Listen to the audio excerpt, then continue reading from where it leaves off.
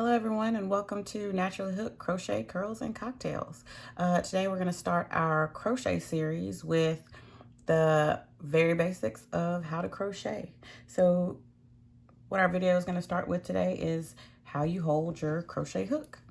There are some standard holds that you'll find in most crochet books, one being the pencil hold and one being the knife hold. So I'm going to start with that and show you how those work.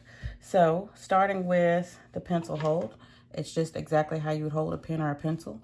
So if you take your pencil and show how you would normally write, that is exactly what you're going to do with your crochet hook. And you will hold it like this as you crochet.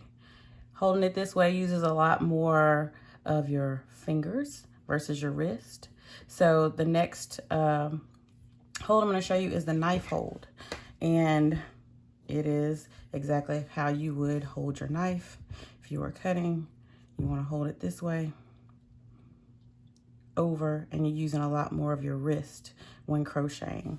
So you would hold your needle like this. I normally do a knife hold, and I'm going to show you what that looks like for me.